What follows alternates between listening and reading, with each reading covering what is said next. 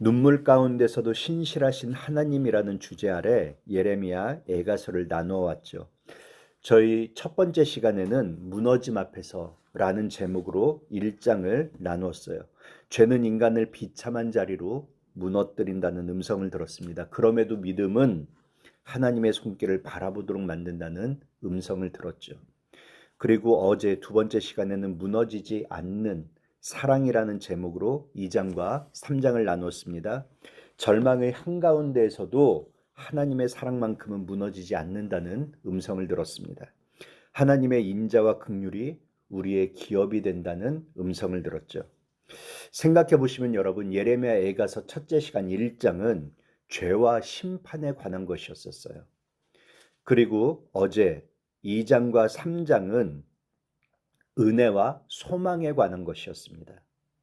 그리고 이제 오늘 셋째 시간 4장과 5장은요, 회개와 회복에 대한 거예요. 우리 5장 19절로 21절입니다. 5장의 맨 마지막, 이 예레미야에서 맨 마지막 부분인데요. 19절로 21절 저희 합독하고 이어가도록 하겠습니다. 여호와여, 주는 영원히 계시오며 주의 보좌는 대대에 이르나이다. 주께서 어찌하여 우리를 영원히 잊으시오며 우리를 이같이 오래 버리시나이까. 여호와여, 우리를 주께로 돌이키소서. 그리하시면 우리가 주께로 돌아가겠사오니 우리의 날들을 다시 새롭게 하사 옛적 같게 하옵소서. 아멘. 이 예레미야 4장과 5장을 통해서 주님께서 들려주시는 음성 두 가지를 나누고자 합니다. 먼저 첫 번째로는요, 참된 회개는 죄를 인정하는 것으로부터라는 겁니다. 참된 회개는 죄를 인정하는 것에서 시작된다는 거죠. 우리 4장 1절 말씀 한번 읽어볼까요? 4장 1절 말씀 같이 읽습니다. 슬프다 어찌 그리 금이 빛을 잃고 순금이 변질하였으며 성소의 들들이 거리 어기마다 쏟아졌는고. 저희가 분명히 어제 3장을 마칠 때 소망에 대한, 은혜에 대한 말씀으로 3장을 마쳤단 말입니다. 그러니 4장에서 보면은요, 여러분들 성경책 표제들에 나와 있나 본데 4장부터 그리고 멀게는 5장 저 18절까지 다시 죄로 인해서 눈앞에 보이게 된, 현실이 된 비참함, 이것에 대해서 애타하는 노래로 돌아가요. 그러니까 1장으로 다시 터닝하는 것입니다. 이건 전개가 조금 이상해요. 왜냐하면 3장에서 은혜와 소망에 대한 말씀들이 쭉 이어졌었으니까 이대로 그냥 마치거나, 아니면은 4장과 5장 이 뒤에 말을 더 덧붙이자면은 은혜와 소망의 말들을 계속 이어가면은 훨씬 자연스럽단 말입니다. 왜 갑자기 이 은혜와 소망의 말을 한참 한 다음에 1장으로 다시 돌아갔는가? 왜 현실에 대한 비참함을 다시 얘기하는 걸로 돌아갔을까? 여러분, 하나님에 대한 소망, 하나님에 대한 은혜를 경험하면은 그 사람은 죄의 문제에 더 민감해지기 때문이에요. 참된 은혜의 사람은 죄를 잊어버리는 사람인 것이 아니라 오히려 죄를 더욱 깊이 보는 사람이 되기 때문인 것입니다. 이것이 예레미야가 은혜를 말한 후에 다시 죄의 문제, 은혜를 이렇게 말하고 찬송하고 그 은혜 안에서 자기 눈앞의 현실을 보니까 다시 한번 죄의 문제에 대해서 민감해질 수밖에 없었던 것입니다. 예레미야는요, 이 모든 무너짐의 시작을 낳았던 죄가 무엇이었는지를 다시금 보죠. 4장 13절 한번 읽어볼까요? 4장 13절 읽죠. 그의 선지자들의 죄들과 제사장들의 죄악들 때문이니 그들이 성읍 안에서 의인들의 피를 흘렸도다. 17절도 읽어봅니다. 우리가 헛되이 도움을 바람으로 우리의 눈이 상함이여 우리를 구원하지 못할 나라를 바라보고 바라보았도다. 13절에 말하는 게 뭐죠? 영적 지도력이 죄로 물들었다는 것을 다시금 상기하게 된 것이죠. 17절이 뭘 말합니까? 사회와 세상의 지도력이 죄로 물들었기 때문이었다는 것을 다시금 직시하는 장면인 거예요. 그렇지만 여러분, 영적 지도자들의 죄, 그리고 사회와 세상의 지도자들의 죄, 이것만으로 내 눈앞에 지금 완전한 무너짐이 생겼다는 이 비참함을 다 설명할 수가 없습니다. 이것만으로 충분하지 않죠. 5장 16절의 말씀, 우리 16절의 말씀 같이 읽습니다. 다시 같이 읽습니다. 우리의 머리에는 면류관이 떨어졌사오니 오호라 우리의 범죄 때문이니이다. 그래요. 여기서 보니까 결국 예레미야는 특정한 누군가의 죄가 아니에요. 이 사회를 구성하고 있는 특정한 누군가의 죄가 아니라 우리 모두의 죄 때문이다 라고 고백하고 있습니다. 여러분, 이것이 신실하신 하나님 안에서 소망하며 은혜를 누리는 자가 고백하는 회개죠. 바벨론을 탓하지 않아요. 시대를 탓하지 않습니다. 환경을 탓하지 않죠. 우리가 범죄하였습니다. 내가 범죄였습니다. 라고 고백해요. 진정한 회개는 언제나 남을 향한 손가락을 거두고 하나님 앞에서 자신을 바라보는 것으로부터입니다. 하나님의 은혜를 누렸던 사람은요, 성경을 생각해 보세요. 그 이전에 하나님의 은혜를 누리기 전에 회개의 자리에 섰던 사람들입니다. 다윗은 밧세바 사건 이후에 시편 51편 4절을 보니까 내가 주께만 범죄하여 주의 목전에 악을 행하여 싸우니 라고 고백합니다. 누가복음 15장 21절, 제가 지금 탕자 얘기를 자주 하게 되는데 탕자도 아버지께 돌아오면서 아버지여 내가 하늘과 아버지께 죄를 지어 싸우니, 자기가 죄인이라는 것을 인정했죠. 하나님께서는요, 여러분, 완전한 사람을 찾으시지 않습니다. 자신의 죄를 인정하고 하나님께로 돌아오는 사람을 찾으신다. 이것을 알 수 있어요. 회복은 언제나 회개로부터 시작되죠. 회개는 죄를 직시하고 인정하는 것으로부터입니다.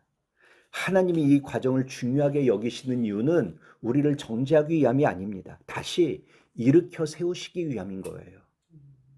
겸손히 내 모습을 돌아보며 진실한 회개의 자리로 나가시는 여러분들이 되시기를 주님의 이름으로 축원합니다. 두 번째로요, 오늘 이 예레미야에가서 4장과 5장을 통해서 우리는 참된 회복은 하나님께로 돌아갈 때에만 가능하다는 음성을 듣게 됩니다. 참된 회복은 하나님께로 돌아갈 때에만 가능하다. 우리 5장 21절 다시 한번 읽어볼까요? 다시 읽어봅니다. 여호와여 우리를 주께로 돌이키소서. 그리하시면 우리가 주께로 돌아가겠사오니 우리의 날들을 다시 새롭게 하사 옛적 같게 하옵소서. 아멘. 이 말씀은요, 예레미야 애가 전체를 마무리하는 마지막 고백이죠. 동시에 하나님께서 우리에게 원하시는 신앙의 모습이 무엇인지를 가장 분명하게 보여주는 말씀이에요. 어떤 사람들은 22절 한번 볼까요? 주께서 우리를 아주 버리셨사오며 우리에게 진노하심이 참으로 크시니이다. 비관적으로 끝나잖아요. 그렇지 않습니까? 그래서 22절이 이 예레미야 애가서는 맨 마지막이 낭망으로 끝난다 이렇게 말하는데 아니에요. 그렇지 않습니다. 이건요, 히브리어 문법을 몰라서 하는 얘기예요. 왜 우리나라 이 개정기역에서 다시금 개역에서 했던 평서문을 다시 또 평서문으로 옮겼는지 모르겠지만은 히브리어법은요, 평서문과 의문문이 동일합니다. 그래서 이게 의문문인지 평서문인지는 맥락으로 파악해야 돼요. 지금 19절로부터 21절까지 회복을 바라는 고백을 했단 말입니다. 그러니까 22절은 이게 평서문이 아니라 의문문인 것이죠. 22번 1번 이 갑주 나와 있죠. 1이라고 써져 있지 않습니까? 1을 보시면은 의문문으로 바뀌어져 있는 것을 보게 돼요. 무슨 말이죠? 이 22절은 21절에 이어서 하나님의 회복에 대한 믿음을 표현한 거라는 거예요. 다시 21절로 돌아가서요. 여기서 예레미야는요, 하나님, 우리가 이제 돌아가겠습니다 라고 말하는 대신에 뭐라고 말하고 있습니까? 우리를 주께로 돌이켜 주십시오 라고 말하고 있어요. 이거는 매우 중요한 의미를 담고 있습니다. 사람은 자기 의지만으로는 하나님께 돌아갈 수 없다는 거예요. 여러분, 제가 예전에도 말씀드렸는데 우리 인간의 의지는요, 우리가 생각하는 것보다 훨씬 약합니다. 그렇기 때문에 우리는 회개의 자리로 나아가는 것조차 내가 회개의 자리로 나아가야지, 한다고 되는 것이 아니라 하나님의 인도, 하나님의 이끄심을 의지해야 하는 것이에요. 전적 의존이 필요한 것이죠. 우리의 날들을 다시 새롭게 하사 옛적 같게 하옵소서 라는 표현 역시도 마찬가지예요. 새롭게 되기 위해서는 우리가 결단하는 것이 중요하죠. 하지만 근원적으로 하나님께서 해주시지 않으면 안 되는 겁니다. 하나님께서 새로운 생명을 불어넣어 주셔야만 하는 거예요. 회복에 대한 주도권, 이건 역시도 우리에게 있는 것이 아니라 전적으로 하나님께 있는 것입니다. 그렇기 때문에 여러분, 참된 회복은 하나님께로 돌아갈 때에만 가능해요. 과거의 일을 많은 사람들이 후회하는 일들이 있지 않습니까? 내가 과거에 그러지 말았어야 했는데 그랬었음을 후회하죠. 반성합니다. 아무런 반성도 아무런 후회도 하지 않는 사람보다는 이런 사람이 훨씬 낫죠. 하지만은 자신의 후회, 자신의 반성이 넋두리가 아니라 정말 회복의 도화선이 되기 위해서는 하나님께로 돌아가야 해요. 그냥 자신의 과거를 반성하는 것으로만 그치면은 진정한 회복이 시작되지 않습니다. 하나님께로 돌아갈 때 회복이 시작됩니다. 우리가 눈으로 보게 되는 여러 죄들의 진짜 근원이 사실은 하나님과의 관계가 끊어진 것으로부터 시작되는 것 아닙니까? 그렇듯이 삶의 회복을 눈으로 보고자 한다면 진짜 그 시작은 하나님과의 관계 회복, 다시 말해서 하나님께로 돌아가는 것으로부터 시작되어야 하죠. 여러분, 오늘 예레미야 애가의 마지막 기도와 그리고 소망, 이것이 우리 기도와 소망이 되기를 주님의 이름으로 축원합니다. 여호와여, 우리를 주께로 돌이키소서. 하나님께서 우리의 마음을 다시 붙드시고 다시 하나님께로 가까이 나아가게 하실 때 우리의 삶은 이전보다 더욱 아름답게 회복될 줄을 믿습니다.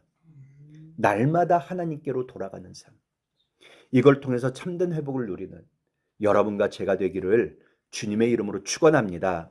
말씀을 정리하도록 할게요. 예레미야 애가서는요, 눈물로 시작합니다. 그렇지만 그 마지막은 하나님의 신실하심을 의지하는 기도로 마쳐요. 여호와여, 우리를 주께로 돌이키소서. 그리하시면 우리가 주께로 돌아가겠사오니 우리의 날들을 다시 새롭게 하사 옛적 같게 하옵소서.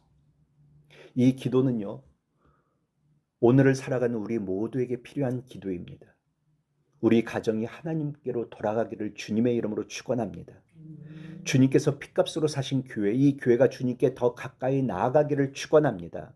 우리 모두의 삶이 날마다 하나님을 향해 새로워지기를 주님의 이름으로 축원합니다. 오늘 말씀 기억하시면서 우리 같이 기도하기를 원해요. 주님, 우리의 죄를 정직하게 인정하며 날마다 하나님께 돌아가는 회개의 삶을 살게 하옵소서. 우리의 의지가 아니라 하나님의 은혜로 우리를 돌이키사 참된 회복을 경험케 하옵소서. 이렇게 한 마음으로 다 같이 기도하시겠습니다.